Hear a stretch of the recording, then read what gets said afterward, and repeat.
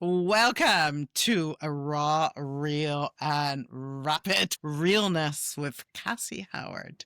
We are in this Scrumptious Woman, and today we're going to take a little dive a bit deeper because Cassie put this thing out saying, like, you can ask me anything. Now, Cassie is this incredible coach, mentor, teacher. I don't even know what to call you, but you are All of the the above. skills queen, all the stuff. Uh, You have helped. I mean, how many women have you helped make over $100,000? I wanted to actually do the calculation this year because I've lost track. There at least like 2 dozen people at this point. Like not 100,000 a year, 100,000 a month. Oh, a But hundred other thousand a month. I was like, a hundred yes, thousand, that would but be easy. 100,000 a year. There, okay, that would be harder to track. I'd have to check that one too. But I'm willing to bet it's thousands at this point. It's been like 10 years. Isn't it incredible, right? Because I Crazy. remember I did your 10K in 10 days and I got 100K in one day. I know that's my favorite story. Right? That was probably one of my favorite bits. I'm like, oh, can we just do 100K in 10 days? Yeah, that was fun. Right? And I just love that you are unconventional. You're just like me or you hate me, whatever it is, I'm Yeah. still there. Yeah, it's usually I've actually been paying a lot closer attention to this year, and I've noticed that for most people, it's like there's three groups of people. There's the people who love you, the people who hate you, and the people who are like not sure. But Yeah. with me, and I'm sure with some other people too, but I notice for myself, there's people who love me and there's people who hate me. There's nobody in between. I'm so polarizing in a way where people are like, I love that chick, or I hate that bitch. Like it's one or the other. But people can jump from one to the other. It's like they'll hate me and then they'll love me, or they'll love me and then they'll hate me. But it's usually like nobody in the middle. It's so interesting.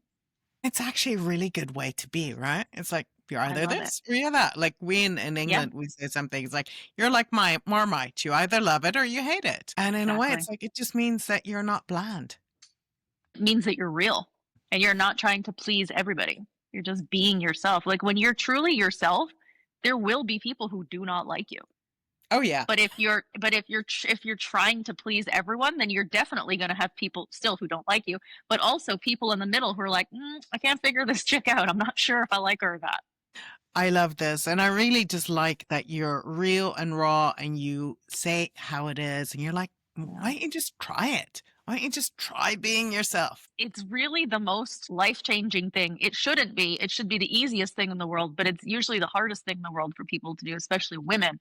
If you can just let yourself be just a little bit more you, like publicly, just a little bit more you, I promise that it's going to show you things that will have you so mad at yourself for not being more you longer. Like if people love authenticity, like real true authenticity, they don't want somebody who's going to like beat around the bush or like tell them what they want to hear. Like we want somebody who is going to be honest with us, even if the honesty hurts. I love that. Like sometimes I tell them, like, I'll dom you. I'm a nice dom, but at times I will Yeah. actually get my whip out Get and the I'll whip. dom you. And Yeah. I'll be like those riverbanks and I'll say, hey, cut the bullshit. And I know Yeah. that this is one of the things that you are particularly good at when you do one-on-one work with people. You're like, hey, Yeah. I will call you out on your shit. Yes, I will. And honestly, that's what I would want as a client. Like I don't want a mentor who's like, "Oh, well, you did your best. That's okay. We'll try again next time." I want it to be like, "You did that thing again that you keep saying you're not going to do, but you're doing it again. Like, why are you doing that shit? Like, let's actually get to the root of it because I'm not right, going to let you keep sabotaging yourself like that." I want somebody to like call me out with love, but call me out. Like I need that because I'm I not going to call out myself a lot of the time. I'm going to pretend that everything's fine. So I need somebody to put me in my place. So I'm like, oh, okay, thank you. And honestly, don't we all need that? I just spent a Yeah. week with a longtime friend and client because, that's what happens. After a while, Yeah. they do become massive friends. And I called her out in her bullshit as well. And she's Yeah. just like, yeah, I'm not sure I can do this. And I looked at her and I just raised my eyebrow, which everyone can still raise because of Botox. Yes, we're being real here. Real and authentic. And I'm like, are you sure? She's like, okay, you've been saying this for years now. I'm like, yeah, and Yeah. I'm going to keep saying it. I think we do need that, but also we know it at the same time. It's like we know the truth, We know our own bullshit, but when somebody else says it, it's like, oh, okay. It's not a secret. I have to actually do something because somebody's paying attention. Somebody's watching. That's the whole benefit for me of mentorship, is knowing that somebody's watching my back. Even if they're going to call me out on my shit, that's the whole point of watching my back. Like, you're catching the things that I'm not catching for myself. If you don't call me out on it, I'm not going to change, most likely, because I'm stubborn as hell. So I'm just going to keep doing what I'm doing until somebody's like, mm-mm-mm. Oh, okay. And then I'm going to change. And then I'm going to be like, oh my gosh, you're the best mentor ever. It's like, all I did was be honest with you. And that's what we need in mentorship and in life. I have loved this in the back room, one of your Yes. more risque little containers, which has been really fun to be in, Yeah. because I find Cassie and I signed up for something that was not even available anymore. That was hilarious. That's my favorite story ever. That's how we do it, right? We find something Yeah. like, oh, that sounds like a good deal. Boom, purchase. Who is this chicken? Where did she come from? What is this offer? I don't even remember this. That was so funny. And that was hilarious. I spent quite a bit of time in your inner circle and really just getting to know you, and then binging all your programs and one-on-one and everything. And the back room, is the way that you set that up was just so So brilliant. different. So different. No one's afraid to be in there. And the ones that were afraid to be real left Did? are kind of like hiding, but maybe in plain Yep. sight. And But if they're sometimes still there, I hope that they're getting something. Like I feel like they'd be gone if they weren't getting something. They're just not, they haven't built the courage yet to actually show up. And also some people just would rather learn behind the scenes, and that's okay too. And that's a beautiful. I love how you say that, because some people actually do like to watch and learn Yeah. and be quiet. And learn, yeah. And then there's some people that like to be vocal and like to teach because that's the way they are. And there's no right Yeah. and there's no wrong. But what Yeah. had you set this up? Boredom and frustration with what I was seeing in the industry. Like I saw, like, everywhere, it was the same over and over. And even if it was good stuff, that wasn't the point. It's just that it was the same. I'm like, that person just did that thing. I'd scroll on social media. I would read the same thing like 10 times in a row, just written in a slightly different way. And I started to just get more and more irritated. And then it was like, I think I have to just do something. What am I going to do? And in true Cassie style, I was like, well, I got to do something crazy, something that people will be like, you probably shouldn't do that. That's what I want to do. And I did. And I had my legal team. I had to actually, this was like one of the first times I had my legal team involved. And I was like, can I say this? And can I do this? And can I add this? And they were like, yes, yes, yes, no, no, no. They're like, have them sign an NDA and do this and do that. Oh, and it has been like one of my favorite spaces that I have ever created, ever. I love it. I would say to anyone who has not looked at the back room, and yes, there have been lots of little comments what the back room could be. And, both Yep. Cassie and I have worked in adult entertainment. Yep, spicy space. It has been massively spicy. I think it's definitely a really different way to bring to light what's happening in the coaching world, what to watch out Yeah. for, what's not regulated, because I'm both therapist and a coach. For us, transference is nothing that, we as therapists would do. But a coach is like, has no problem with it. But then also, like, what are the little tweaks? And then the real sisterhood that has popped up there, the few people that do comment on each other all the time, the other ones that, stay in the background a little bit more. It's been a really fun space to be in.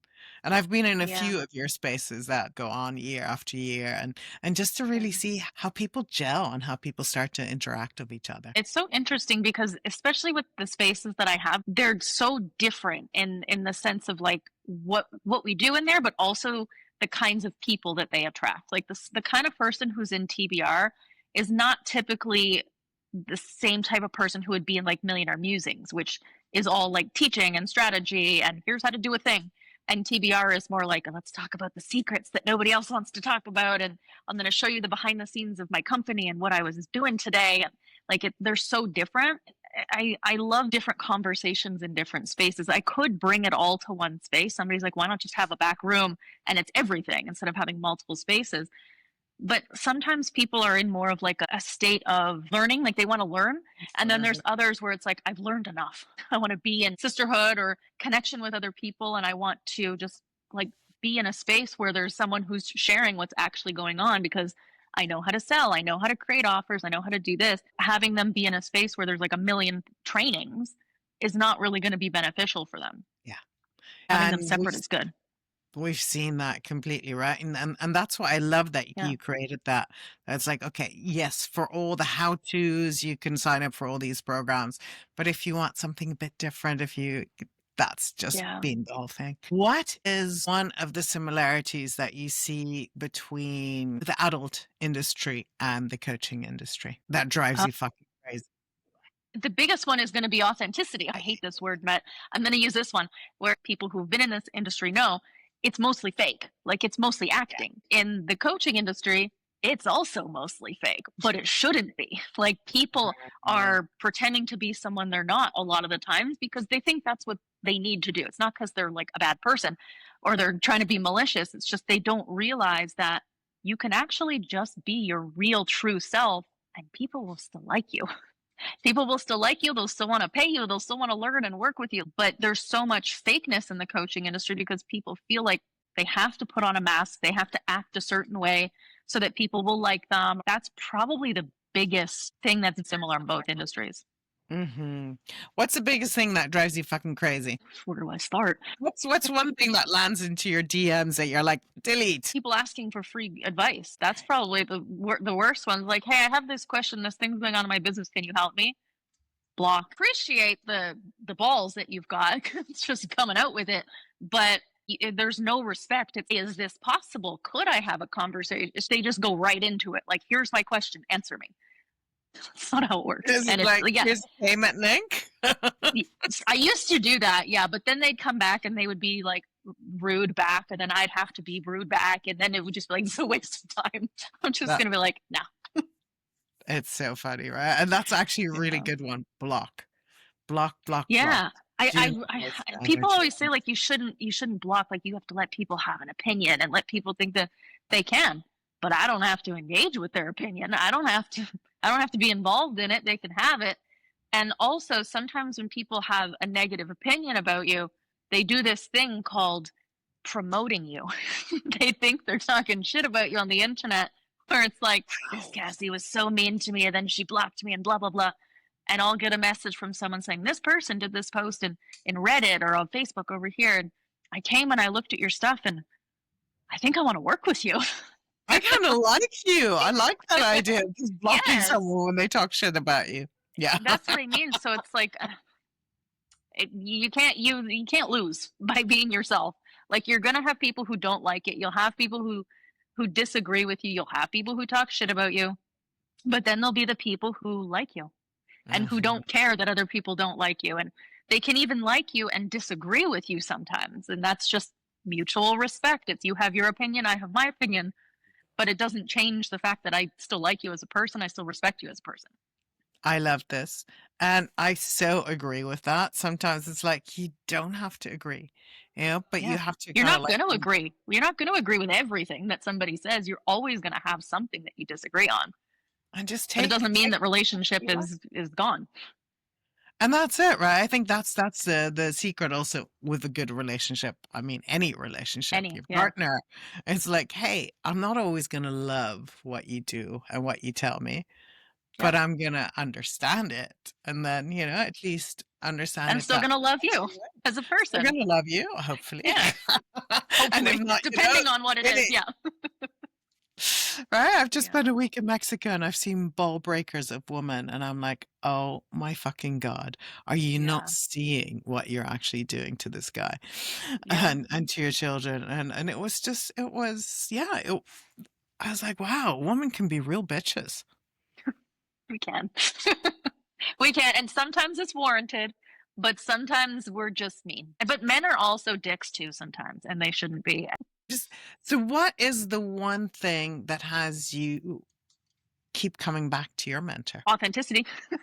I know that she's real, and I also know that there's certain things that she doesn't share publicly that I know, and that makes me feel special that I have these things that are like special for us.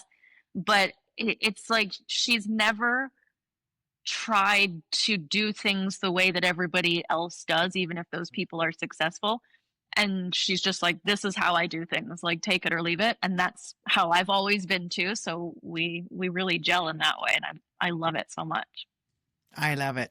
I love how you two, yeah, I've been on both your radar for a while and just love seeing that. And you see the difference between us. Like we're such different people, but Yeah, sometimes opposites attract. And we work very well together.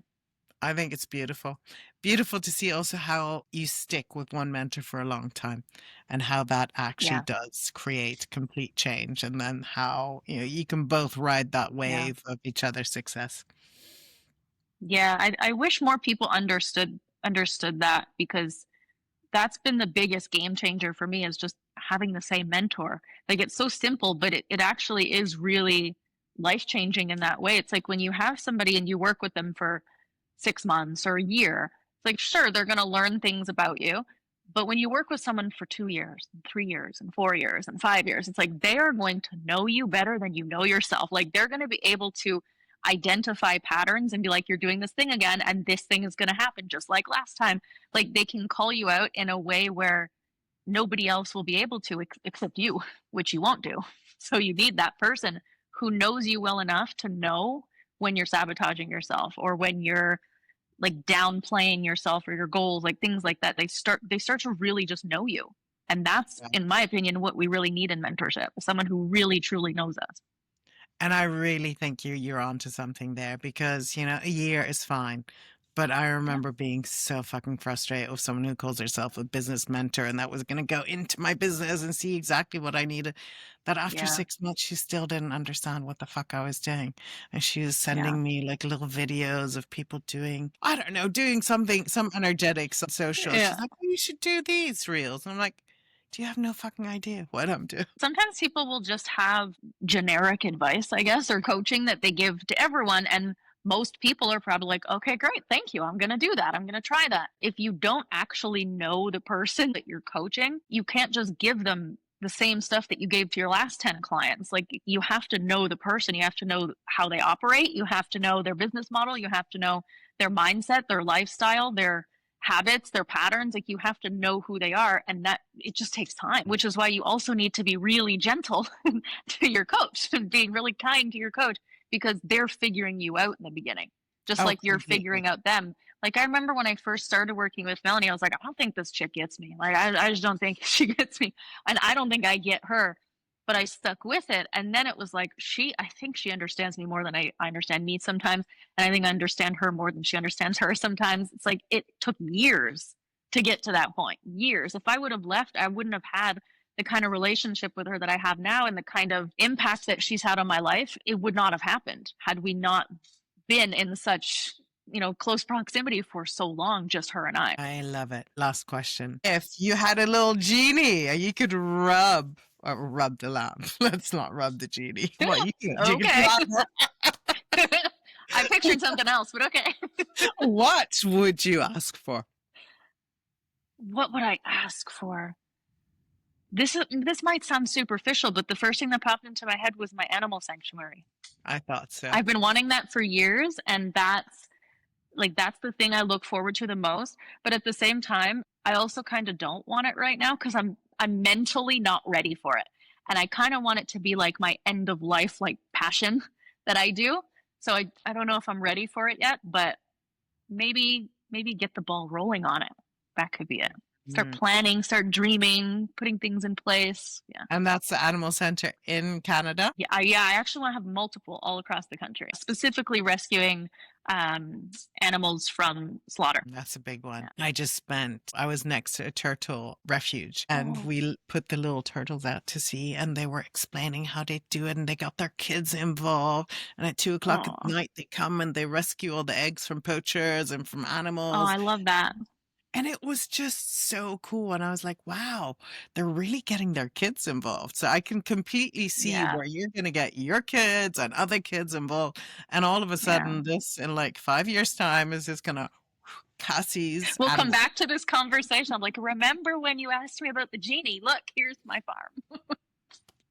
Cassie, this has been a delight, like always. No, I love I you love it. Thank you.